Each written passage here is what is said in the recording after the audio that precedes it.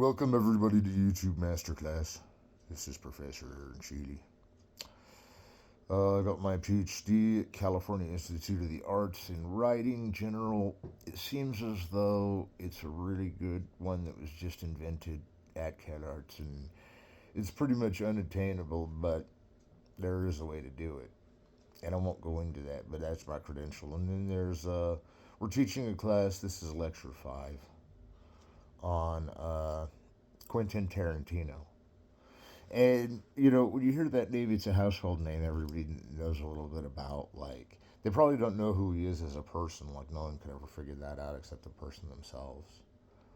But they probably everybody in the world may have an image of what he is because he's like a Woody Allen or a Martin Scorsese that are from that kind of NYU generation and made movies all through the 70s, started in the 60s, made movies all through the 70s. Tarantino himself was building up his warfare of cinema early in the 80s, but it didn't really pan out from making a few music videos and from working in a little bit of TV work, but light work. He mostly did a show like this, only it was a show for him. It was the Quentin Tarantino show, and this one is a masterclass that's taught for colleges, USC, Calarts, and Harvard. Now, you can get units from any of those courses by going through Coursera and taking this course. So even if you haven't seen the first, it's all on the Masterclass playlist on my YouTube site to find exactly, and it's on YouTube. Masterclass search on Google with Harvard and Coursera, and you can type in the school you're interested in, and you know how to use Coursera once you get there. Coursera is a free video service that shows lectures for free, but you still have to audit them. And if you want to get the units, it's good to get a scholarship. Scholarships are available with my reference under the gold key if you want to try that out. So, anyways, we're now in the middle of figuring out Jackie Brown, and we looked at Pulp Fiction from all angles, and really we see that it's achronological, asynchronous, asynchronic, excuse me, and that means that it goes all throughout time. It starts in media res, that means in the middle of the story, towards the end of the story, actually, theoretically, but not the last part of the movie. As they walk out the restaurant at the end, there's still scenes to follow that played already before. You start mixing them all back into order. It kind of gets frustrating to hold on to one while you're doing it over here, and that's why it's meant to be told out of order. Remember that Tarantino was not concerned with making mistakes. It's not accidental that the film goes all the way through, and it was made to be out of order. It's like The Killing. The Killing wasn't made to be in sequence. The script is out of order. And I have read the original script for Pulp Fiction, and part of it isn't out of sequence like it is in the movie, but most of it is. And I think he just threw that in to kind of differentiate the script from the movie so there'd be something more interesting. The edited material that would come back on the DVD maybe would be remembered by the script at that time. And it's really interesting because the screenplay of Pulp Fiction was won Best Screenplay, and Roger Avery and Quentin Tarantino accepted it. And I remember that Roger Avery kind of left the team after that, but he was really happy about winning the Academy Award, and this script became a book. Like, the script was selling like a regular book, and it was one of the first times that had happened, except they done that with Fargo the same year, and they used to have a series that you could collect, and I remember some of them were at the UCLA bookstore, and they were like of the different movies, and I know the BFI books are available at USC, and that's all there is to it. There's all those series of books on film that sometimes have the script entirely, and the one for Fargo is like a teleplay. The one for Pulp Fiction looks like the Writers Guild version that he sent in to get it like as a perfect script itself, which nowadays you can kind of slack and make it the version at Writers Guild even as the teleplay that can make for a movie or a show or whatever, because if you do it that way, then you're following ancient tradition of Faust, which was written in theatrical style and kind of has that style in it. But we won't go too much into that. And speaking of Faust, the next movie we're looking at is Jackie Brown. And Jackie Brown has this whole mirror stage thing in it that we've discussed with Tarantino, and it's like you know, in Pulp Fiction when the Uma Thurman character dances in front of the mirror, she enters this it's kind of got this through the looking glass thing to it, and we're always, whenever we have her in close up, we think she's still seeing herself in the mirror, like in the bathroom at the 1950s restaurant. And I think the mirror can be like an entrance point into other worlds. I mean, you always see that when there's the mirror image. And in Jackie Brown, she's always looking through the rear view mirror, and that's because it's like the end of Kill Bill. You gotta look through the rear view mirror to say goodbye or whatever. I mean, that's a line in it, and that it's a blaxploitation film in disguise as a female melodrama, or it's a blaxploitation female melodrama hybrid. You decide. But by blaxploitation, I mean all the films that Tarantino watched as that were blaxploitation, from from Truck Turner to Disco Dolomite to Disco Godfather, and there's like Superfly was all over Pulp Fiction. I mean that Samuel L. Jackson was kind of playing Superfly was good, but like one thing about blaxploitation is it usually uses natural actors. Like, and even so much saying that that's a tradition started by John Cassavetes with his cast. Although no one really needs to see a movie about white people's perspective of African Americans, and that's the words we should be using. Pam Grier is in the movie Jackie Brown, and so is Samuel L. Jackson again, kind of reacquainting us with his Superfly character, and that it was connected to the world of Pulp Fiction. It's like each movie that passes leaves a little remnant of the movie before it in the next movie, and that's true with a lot of directors, but it's like essentially made that way by Tarantino to have each movie collect. And remember, we said the Vega brothers were connected in Reservoir Dogs and Pulp Fiction. And then we said in Jackie Brown, the Samuel L. Jackson character is practically the same one he was in Pulp Fiction. And then Reservoir Dogs, we've got the whole idea that like Samuel L. Jackson is kind of this like unseen figure in the film, but that he was helping make it is true too. And that I think he was even maybe one of the producers. It was mostly actor producers. The script was readily available for Reservoir Dogs and Pulp Fiction, and finally up to Jackie Brown. In fact, all the scripts are available. Like, you can order them off of Amazon.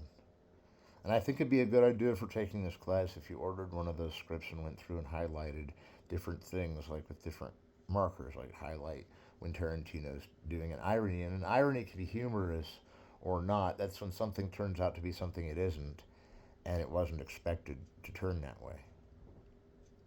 And so Tarantino uses irony, also shade the parts where he uses uh, where the action is at the edited scene, and it usually says cut to. Now I don't like the term cut to, but it's in all those old screenplays and still in screenplays now. And I think edit to is also expected, but like if you put edit to, it's doing me a favor. But these old scripts, I'm not going to condemn for that because not a lot of people would think of it as like how careful we have to be with language. And I know in this class I haven't been careful with all my language, and I apologize. Because in the movie, you can also look at the language that isn't careful on purpose and receives kind of a shock value to it. And those values kick off the whole idea that this movie will pump you up, but that it never resolves. That's the resolve. That it goes in a circle keeps you in the mirror, coming in and coming out, like you're walking into the mirror and like being ejected from it.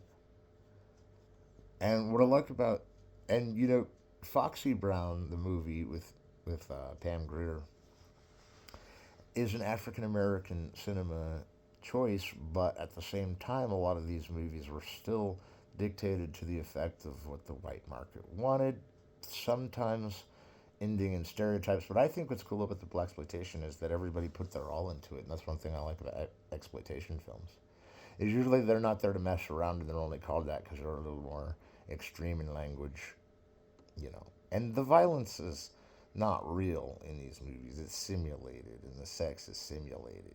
They don't just throw in a porn film all of a sudden and there it is. Although there are movies that do that are okay. Like if it's art and it's reappropriated and recontextualized, it's still an artwork no matter what fiasco you get it from, unless it deals with, things you can't deal with in film, which you've gone through in film criticism. And one thing is you can't really show the scene of someone dying if they really died. And then there's all these hoaxes about that, about like the Blair Witch Project cast getting eaten by like witches and stuff, and the witches submitted the video. But I don't know. I've had stranger things happen than witches submitting my film school uh, films to the film school on time.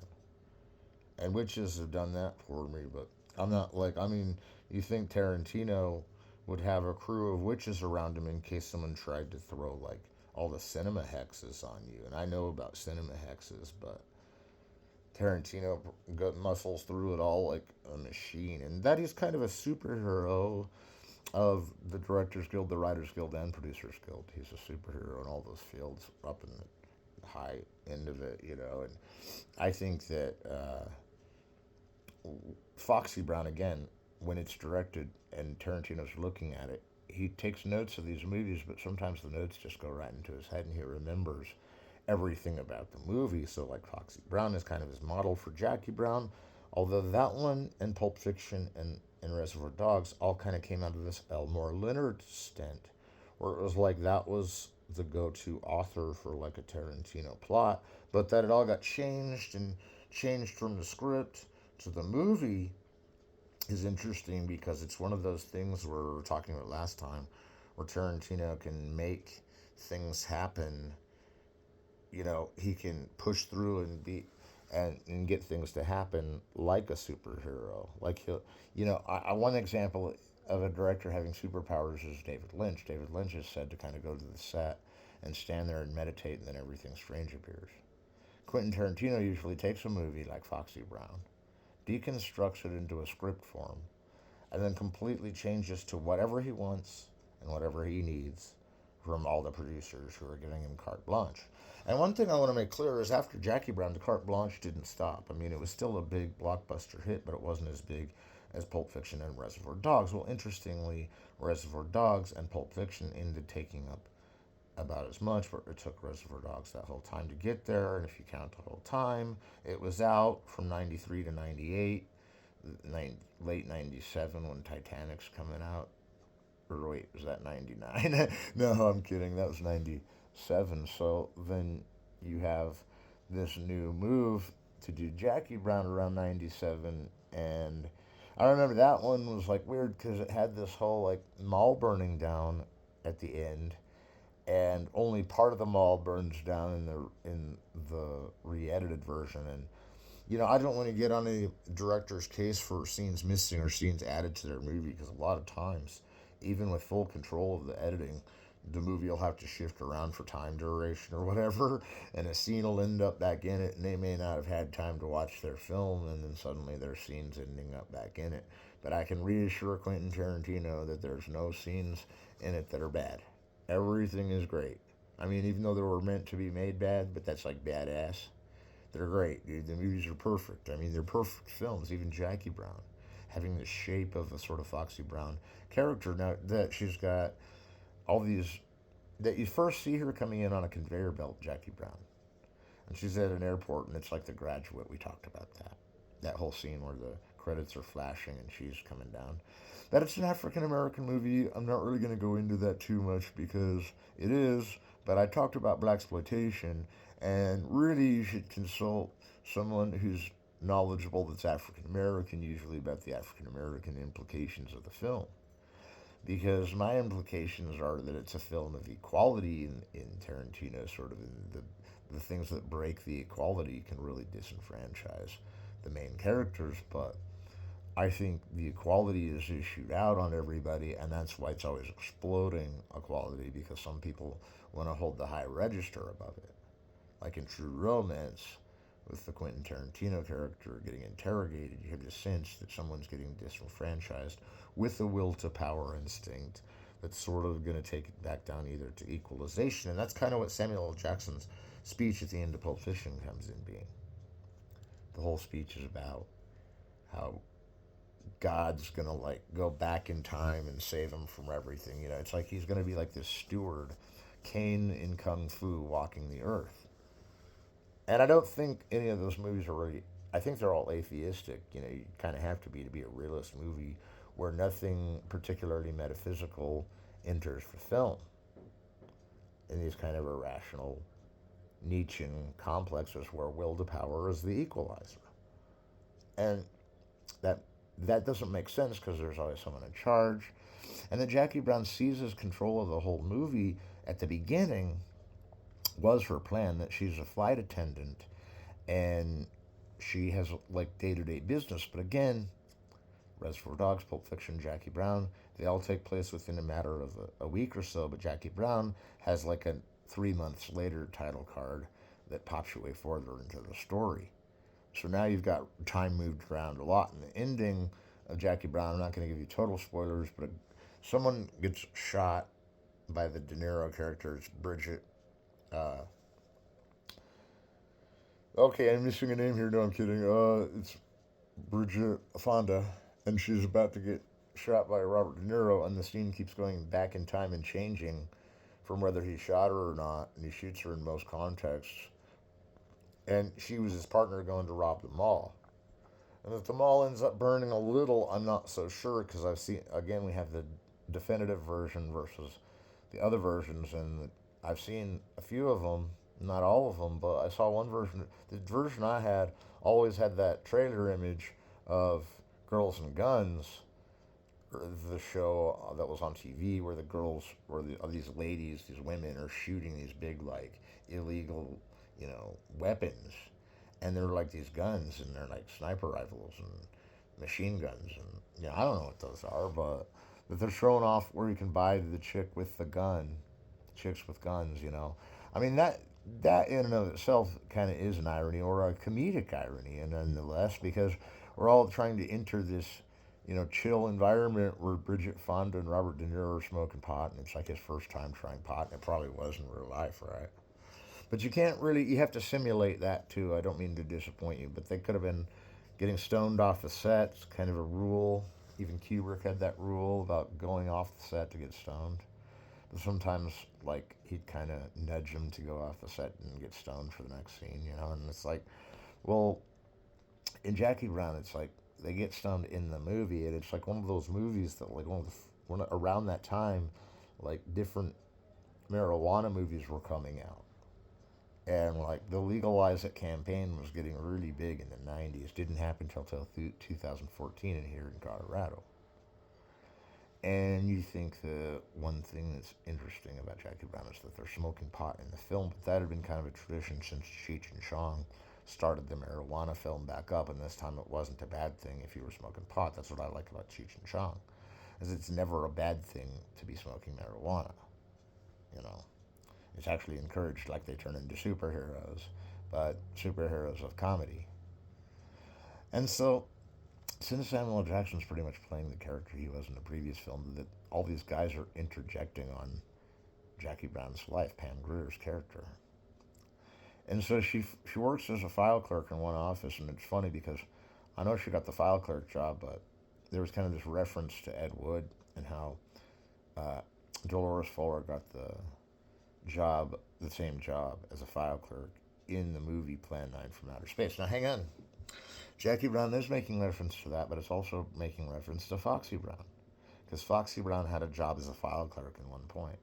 But that she was filing things that weren't, like, told for her to do, but that she was tracking down these, like, I don't know, white supremacists or whatever. Like, I'm not judging them or something, because there's no point. But like Foxy Brown was taking them down. Jackie Brown has like white friends, and now she's not on the couch smoking pot, but she does smoke a J in the movie. She rolls a J, and it shows these drug scenes up close. Like you look at Pulp Fiction, and you see like the up close version of different things that these guys are using that are like enhancing or destroying the equilibrium, and it's a sort of will to power.